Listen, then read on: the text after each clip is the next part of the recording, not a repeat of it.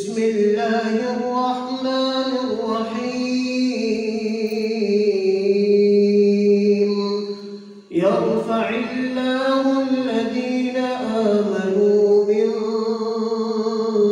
منکم والذین اوتوا العلم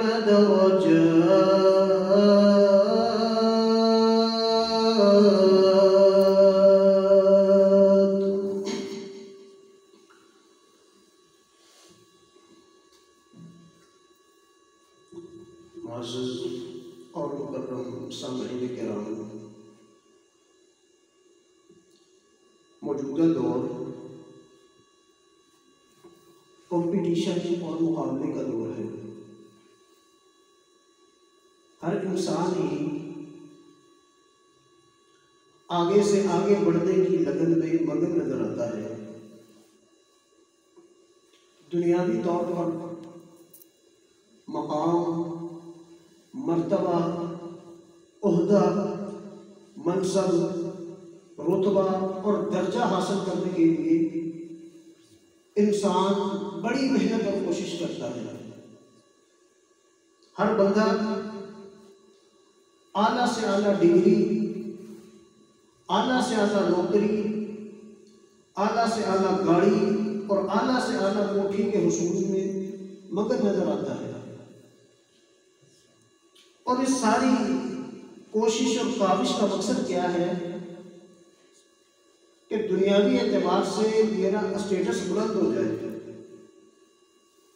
لوگوں کی نظروں میں میرا مقام ہو، لوگوں کی نظروں میں میرا درجہ ہونا چاہیے۔ لیکن اے کاش کہ انسان کے ذہن اور انسان کے دماغ میں یہ سوچ راسخ ہو جائے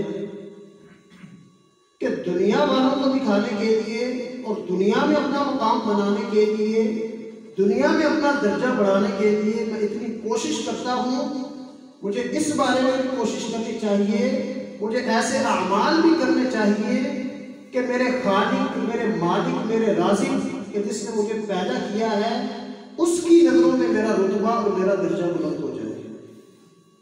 میرے رب نے جو جنت میرے لیے تیار کی ہے اس جنت میں میرے درجات بلند ہو جائیں۔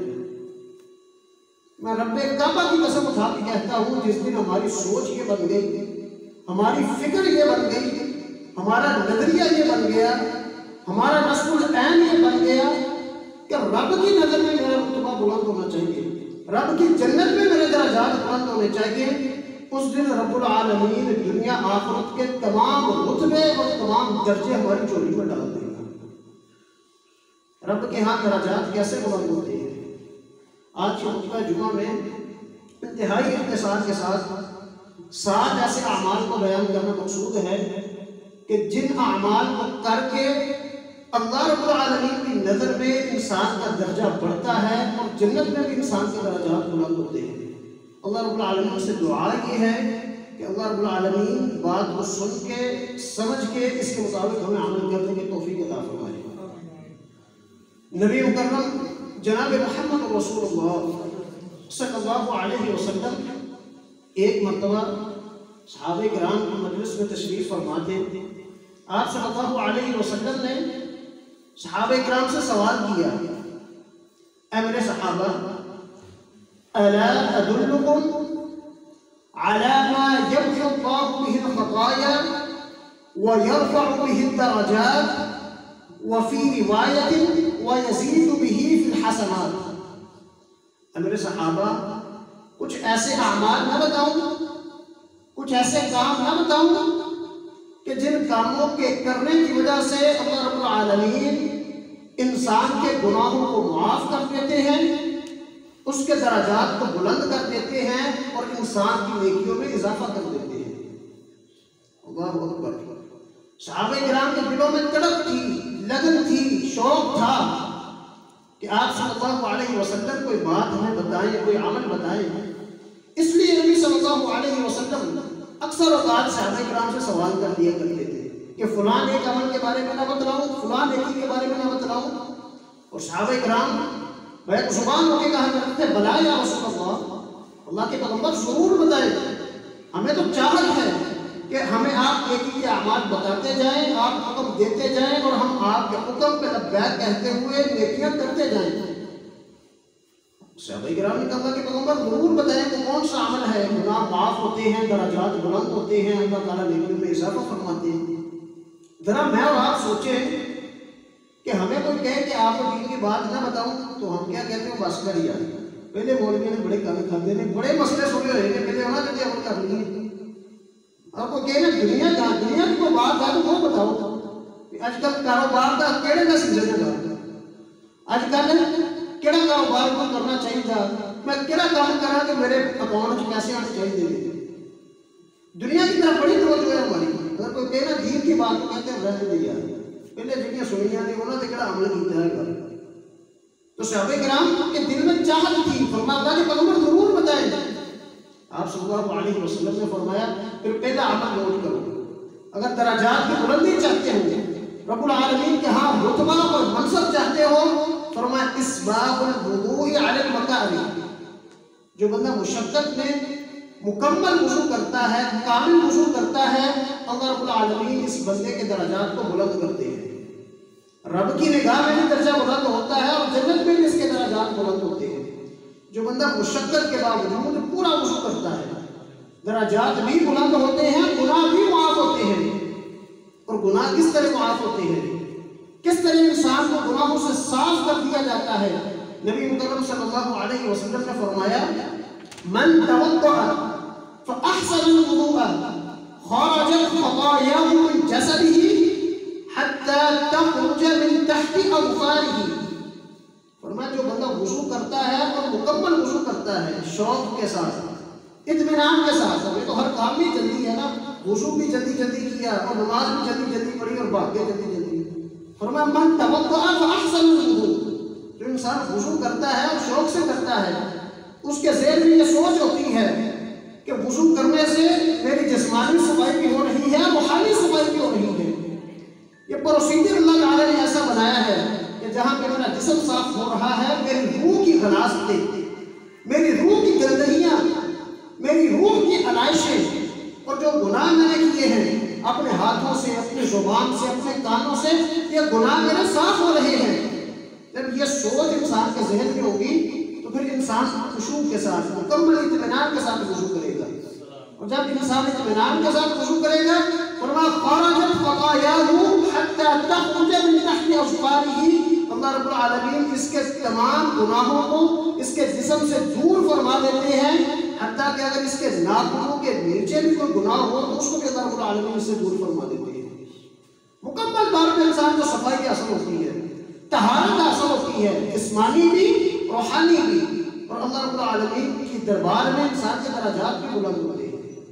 اور پھر مشقت میں وضو کرنا، بیماری کے عالم میں انسان وضو کرے مشقت ہے، سردی کے سیزن میں انسان وضو کرے انسان کے لیے مشقت ہے۔ فرمایا جو بندہ مشقت کے باوجود مکمل وضو کرتا ہے یہ بندہ اللہ کو بڑا پیارا لگتا ہے۔ ہم کہتے ہیں نا کہ قاری صاحب بھائی کہ ٹھنڈی پڑی ہے، نماز پڑھنی ہے بھی اوکھی نہیں جنہیں وضو کرنا اوکھا۔ بھئی ہمیں سوچنا ہی چاہیے، فکر اس بات کو کرنی چاہیے کہ سونا میل کچیل کو اپنے سے دور کرنے کے لیے بٹی میں جلنا گوارا کر لیتا ہے کہ میل کچیل مجھ سے دور ہو جائے، پھر خالص سونا نکلتا ہے بٹی سے، تو سونا جلنا گوارا کر لیتا ہے، انسان صرف پانی سے وضو کرنا گوارا نہیں کرتا۔ اسباغ الوضوء علی المکاری، تنگی کے باوجود، مشقت کے باوجود پورا وضو کرنا، اللہ رب العالمین انسان کے درجات کو بلند کرتے ہیں۔ اور دوسرا عمل درجات کی بلندی کے لیے، اللہ کے دربار میں رتبہ حاصل کرنے کے لیے، منصب اور مقام حاصل کرنے کے لیے، وہ کون سا نبی صلی اللہ علیہ وسلم نے عمل بتایا؟ وَكَثْرَةُ الْخُطَىٰ إِلَى الْمَسَاجِدِ، فرمایا پیدل چل کے اللہ کے گھر کی طرف آنا، پیدل چل کے نماز پڑھنے کے لیے آنا، اس سے بھی اللہ رب العالمین کی بارگاہ میں انسان کے درجات بلند ہوتے ہیں۔ دنیا میں اگر انسان کسی کے پاس چلا جائے نا تو کہتا ہے یار یہ بندہ ترکی میرے کول آ گیا جدوں، اگر کوئی میرے ساتھ اس کا مسئلہ تھا بھی نا بس میں نے اس کو معاف کر دیا، جو چل کے میرے بوئے نہیں آ گیا۔ اللہ اکبر، آپ ذرا سوچا کریں کہ جب انسان پیدل چل کے مسجد میں آئے، اللہ کے دربار میں آئے، نماز کے لیے حاضری لگوانے کے لیے آئے، اگر اللہ رب العالمین نے آسمان سے ایک مرتبہ کہہ دیا جا میرے میرے بندے میں نے بھی تجھے معاف کر دیا، وہ تو میرے در پہ آ بھی گیا ہے، جب میں نے تیرے گناہوں کو معاف کر دیا تو انسان کا بیڑا پار ہو جائے گا۔ اور انسان کو کیا چاہیے؟ وَكَثْرَةُ الْخُطَىٰ إِلَى الْمَسَاجِدِ، مسجد میں پیدل چل کے آنا، نماز کے لیے پیدل چل کے آنا، اور اس کی کیا فضیلت ہے؟ نبی مکرم صلی اللہ علیہ وسلم نے فرمایا جب بندہ اچھے طریقے سے وضو کرتا ہے، گھر سے وضو کرتا ہے، اور وضو کرنے کے بعد چل کے مسجد میں آتا ہے نماز پڑھنے کے لیے، فرمایا فَلَمْ يَخْطُو خُطْوَةً إِلَّا رُفِعَ لَهُ بِهَا دَرَجَةً وَحُطَّ عَنْهُ بِهَا خَطِيئَةً۔ فرمایا پیدل چل کے جو بندہ مسجد کی طرف آتا ہے، ایک قدم کے بدلے میں اللہ رب العالمین جنت میں اس کا ایک درجہ بلند کرتے جاتے ہیں، اور اس کے ایک گناہ کو اس کے نامہ اعمال سے دور کرتے جاتے ہیں، گناہوں کو معاف کرتے جاتے ہیں اللہ رب العالمین۔ دنیا کی زندگی میں دنیا کا تھوڑا سا فائدہ لینے کے لیے انسان دفتروں میں دھکے کھاتا ہے، جوتیاں چڑھاتا کرتا ہے، لیکن کبھی اللہ رب العالمین کے لیے ہم جوتیاں بسا کے دیکھیں تو صحیح۔ اللہ رب العالمین کے لیے یہ عمل اللہ کی محبت میں، اس کے دیدار کے شوق میں ذرا یہ عمل کر کے دیکھیں کہ اللہ رب العالمین نے اس عمل میں کتنی چاشنی رکھی ہے، کتنی مٹھاس رکھی ہے اللہ رب العالمین نے اس عمل میں۔ وَكَثْرَةُ الْخُطَىٰ إِلَى الْمَسَاجِدِ، آج کسی کی دعوت کوئی مشہور بندہ کرتے ہیں نا، وہ کہتا ہے یار فلاں بندے نے میری دعوت کی ہے، کوئی ایم این اے بلا رہے، وہ کہتا ہے لو جی اے ایم این اے کو دعوت کھا کے آیا، اے ایم پی اے کو کیا سی دعوت کھانا واسطے۔ نبی صلی اللہ علیہ وسلم کا فرمان کیا ہے؟ من غدا الى المسجد او راح اعد الله له في الجنة نزلا كلما غدا او راح۔ فرمایا جو بندہ صبح کی نماز کے لیے مسجد میں آتا ہے، شام کی نماز کے لیے مسجد میں آتا ہے، جب بھی نماز پڑھنے کے لیے مسجد میں آتا ہے، اللہ رب العالمین فرشتوں کو حکم دے دیتے ہیں اے میرے فرشتوں میرے اس بندے کے لیے جنت میں مہمان نوازی کو تیار کر دو۔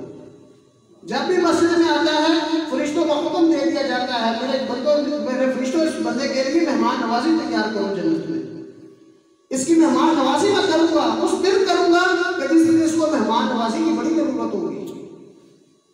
مسجد کی طرف پیدل چل کے آتا ہے۔ اور تیسرے نمبر میں وہ کون سا عمل ہے کہ جس کی وجہ سے انسان کے درجات کو بلند کر دیا جاتا ہے، اللہ رب العالمین کی نگاہ میں انسان کا رتبہ بلند ہوتا ہے۔ نبی صلی اللہ علیہ وسلم نے فرمایا وَإِنْتِظَارُ الصَّلَاةِ بَعْدَ الصَّلَاةِ، تیسرا عمل جو بتایا فرمایا ایک نماز کے بعد دوسری نماز کا انتظار کرنا۔ نماز پڑھ دی ہے، اگلی نماز کا انتظار کرنا، فجر پڑھ دی ظہر کا انتظار، ظہر پڑھ دی عصر کا انتظار، عصر پڑھ دی مغرب کا انتظار، مغرب پڑھی عشاء کا انتظار، عشاء پڑھ کے لیٹا ہے آرام کرنے کے لیے صبح فجر کا انتظار۔ فرمایا جو بندہ یہ کام کرتا ہے ایسے بندے کی بھی درجات کو اللہ رب العالمین بلند کرتے ہیں۔ اللہ اکبر کبیرہ۔ ہم انتظار کرتے ہیں نا، انسان ملازمت پہ گیا ہو، ڈیوٹی پہ گیا ہو، جب شام کا وقت ہوتا ہے سورج کی روشنی مدھم ہوتی ہے تو انسان کے جسم کی طاقت کو بھی مدھم ہونے لگتی ہے۔ آخری گھنٹہ کیسے انسان گزارتا ہے؟ تھوڑی تھوڑی دیر کے بعد ٹائم دیکھتا ہے کہ کب میری چھٹی ہوگی، کب میں اپنے گھر جاؤں گا، اپنے گھر آنے کا انتظار کرتا ہے انسان کہ کب چھٹی ملے، کب میں گھر جاؤں گا۔ لیکن جو انسان رب کے گھر میں آنے کا انتظار کرتا ہے نا، ایسے بندے کے درجات اللہ رب العالمین کی بارگاہ میں بلند ہوتے ہیں۔ انسان دکان پہ بیٹھا ہونا، جتنا انتظار انسان گاہکوں کا کرتا ہے نا، اگر اتنا ہی انتظار، اس سے زیادہ بھی نہیں کہتا میں، اگر اتنا ہی انتظار انسان نماز کا کرنا شروع کر دے، اس کو فکر ہو، اس کے کان لگے ہوں کہ کب اذان ہوگی، کب اللہ رب العالمین کی طرف سے دعوت آئے گی، کب آواز آئے گی، اور میں جا کر رب العالمین کی بارگاہ میں اپنا سر سجدے میں رکھ دوں گا اور جا کر رب العالمین سے کہوں گا یا اللہ گناہ گار تھا، خطا کار تھا، میں نے بڑے گناہ کیے ہیں، بڑے ظلم کیے ہیں، لیکن آ کے میں نے سر تیرے قدموں میں رکھ دیا ہے، اب تو جان تو نے کیسے میرے نام اعمال کو گناہوں سے معاف کرنا ہے۔ بڑا پیارا لگتا ہے اللہ تعالیٰ کو وہ بندہ، انتظار الصلاۃ بعد الصلاۃ، نماز کا انتظار کرنے والا۔ اور نبی صلی اللہ علیہ وسلم نے فرمایا بندہ مسجد میں آتا ہے، ابھی نماز کا ٹائم باقی ہے، وہ بیٹھ کے صف میں نماز کا انتظار کرتا ہے کہ کب جماعت پڑھی ہوگی۔ فرمایا جب تک یہ انتظار کرتا رہتا ہے اللہ رب العالمین فرشتوں کی ڈیوٹی لگاتے ہیں، اے میرے فرشتوں میرے اس بندے کے لیے دعائیں کرو۔ یا اللہ کیا دعائیں کرے؟ فرمایا اس کے لیے دعائیں کرو اللہم اغفر لہ اللہم ارحمہ، یا اللہ اپنے اس بندے کے گناہوں کو بھی معاف کر دے، اس بندے پہ اپنی رحمتوں کی بارش بھی نازل فرما دے۔ جتنی دیر مسجد میں بیٹھا رہتا ہے رب رب کے رحمت کے فرشتے اس کے لیے دعائیں کرتے رہتے ہیں. یہ اتنا عظیم عمل ہے. یہ 3 اعمال بتائے ہیں ایک حدیث مبارکہ میں نبی صلی اللہ علیہ وسلم نے کہ جو بھی بندہ درجات کو بلند کروانا چاہتا ہے وہ ان اعمال کو کرے. مشقت میں وضو کرنا اور نماز کے لیے پیدل چل کے آنا اور پھر مسجد میں بیٹھ کے یا نماز کے بعد نماز کا انتظار کرنا. اور 3 اعمال بتانے کے بعد آپ صلی اللہ علیہ وسلم نے فرمایا فذالکم الرباط فذالکم الرباط فذالکم الرباط. اور اے میرے صحابہ یہی جہاد ہے, یہ رباط ہے, یہ جہاد ہے. 3 مرتبہ فرمایا. رباط اصل میں کہتے ہیں کہ دشمن کے حملے سے بچنے کے لیے سرحد پہ انسان اسلحہ زیب تن کر کے موجود ہو اور چوکنا ہو کے کھڑا ہو, اس کو کہتے ہیں رباط. اب ان 3 اعمال کو بھی نبی صلی اللہ علیہ وسلم نے رباط کہا ہے کہ ان 3 اعمال کو کرنے والا ایسے ہی ہے جیسے اسلحے سے زیب تن, اسلحہ اس نے زیب تن کر لیا ہے اور یہ دشمن کے مقابلے میں چوکنا ہو کے کھڑا ہے. کس لیے؟ اس کی وجہ یہ ہے کہ شیطان بھی انسان کا بہت بڑا دشمن ہے. شیطان کے وار سے بچنے کے لیے, شیطان کے انسان خطرناک وار سے اور شیطان کے حملے سے بچنے کے لیے انسان جب وضو کرتا ہے تو اس کو اسلحہ مل جاتا ہے. اور جب انسان چل کے مسجد کی طرف آ رہا ہوتا ہے تو گویا یہ مورچے کی طرف, سرحد کی طرف آ رہا ہوتا ہے. اور مسجد مورچہ ہے جہاں پہ انسان مورچہ بند ہو کے شیطان کا مقابلہ کرتا ہے, شیطان کا وساوس سے بچتا ہے. اس لیے نبی صلی اللہ علیہ وسلم نے فرمایا فذالکم الرباط فذالکم الرباط فذالکم الرباط. یہ جہاد ہے, جہاد ہے شیطان سے بچنے کے لیے. اور جب انسان اگلی نماز کا انتظار کرتا ہے نا تو گویا انسان شیطان کے اوپر حملہ کرتا ہے.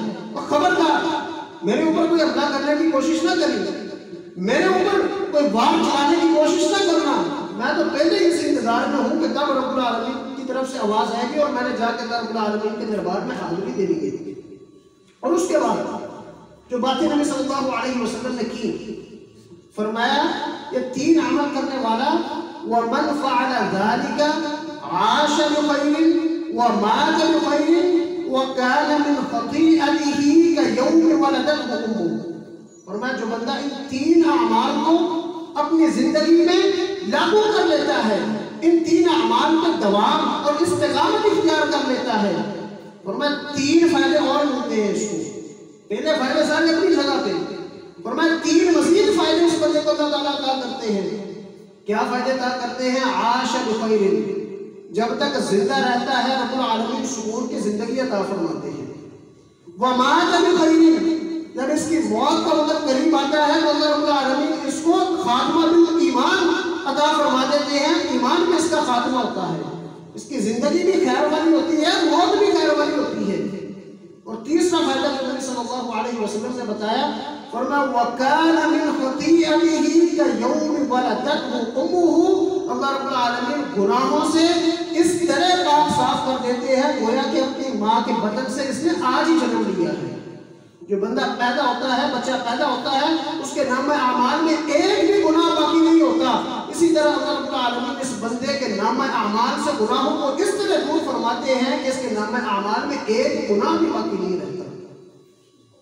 درجات کی بلندی کے لیے اگلے جو اعمال نبی صلی اللہ علیہ وسلم نے بتائے ہیں, چوتھا عمل فرمایا وَأَمَّا الدَّرَجَاتُ فَإِطْعَامُ الطَّعَامِ. جو بندہ رب کی نظر میں رتبہ بلند کرنا چاہتا ہے, درجات کو بلند کرنا چاہتا ہے, جنت میں اعلیٰ مقام حاصل کرنا چاہتا ہے, فرمایا کیا کام کرے کہ طعام کھانا کھلایا کرے. کھانا کھلانا یہ بھی بڑی اعلیٰ درجے کی نیکی ہے.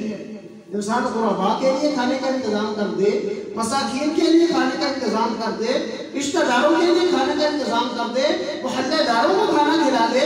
اگر کوئی مہمان آ جائے تو انسان اس مہمان کو کھانا کھلا دے. یہ بھی بڑی اعلیٰ درجے کی نیکی ہے. اور اس کو ہم نیکی پتہ نہیں سمجھتے کہ نہیں سمجھتے. کہ طعام کھانا کھلانا, فرمایا اس سے اللہ تعالیٰ درجات کو بلند کرتے ہیں. جنت میں مقام ہمیں کبھی مل جاتا ہے. ہمارا تو حال ہی بڑا عجیب ہے.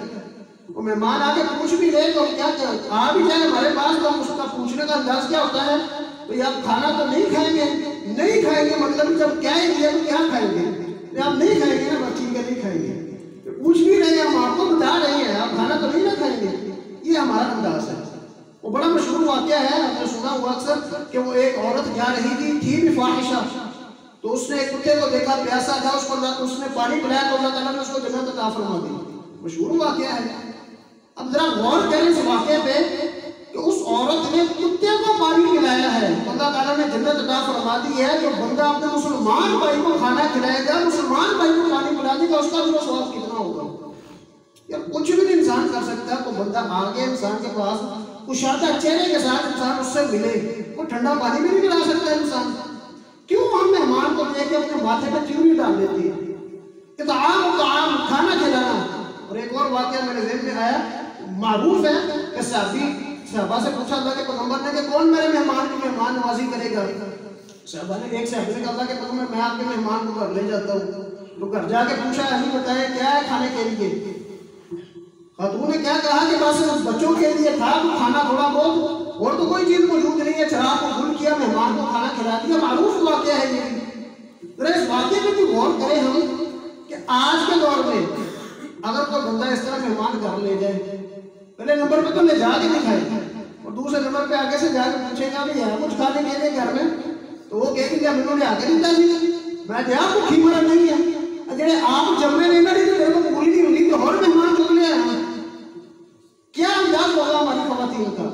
اس سے کیا پتہ چلتا ہے کہ ہم نے خواتین کی اس معاملے میں تربیت نہیں کی، نہ ہمارے اپنی تربیت ہے اس معاملے میں، اور نہ ہی ہم نے آگے تربیت کی ہے.